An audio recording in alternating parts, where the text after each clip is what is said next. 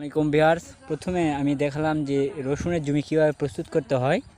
আর এখন আমি আপনাদের দেখাবো যে রসুন কীভাবে বপন করতে হয়। দেখতে পাচ্ছেন এটা হয় লাঙ্গল, এই লাঙ্গল দিয়ে শুলি টানা হয়।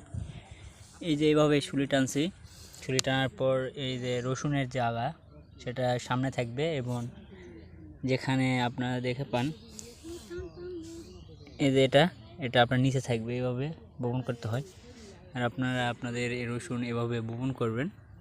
আবার বলি, পরিত্যক্ত জায়গা ফেলে না রেখে রসুন ও পেঁয়াজ আপনারা লাগান, যাতে আপনাদের দৈনন্দিন জীবন রসুন পেঁয়াজ না কিনতে হয়। লাগানো শেষ হলো এবং রসুন ঢেকে দেওয়া হচ্ছে। এই রসুন যেগুলো ঢেকে দেওয়া হয়নি, যেগুলো ঢেকে দেওয়া হচ্ছে। আর আপনারা দেখতে পাচ্ছেন যে কৃষকের ধানগুলো পেকে গেছে। সেই সম্পর্কে আরেকদিন আরেকটি প্রতিবেদন করব।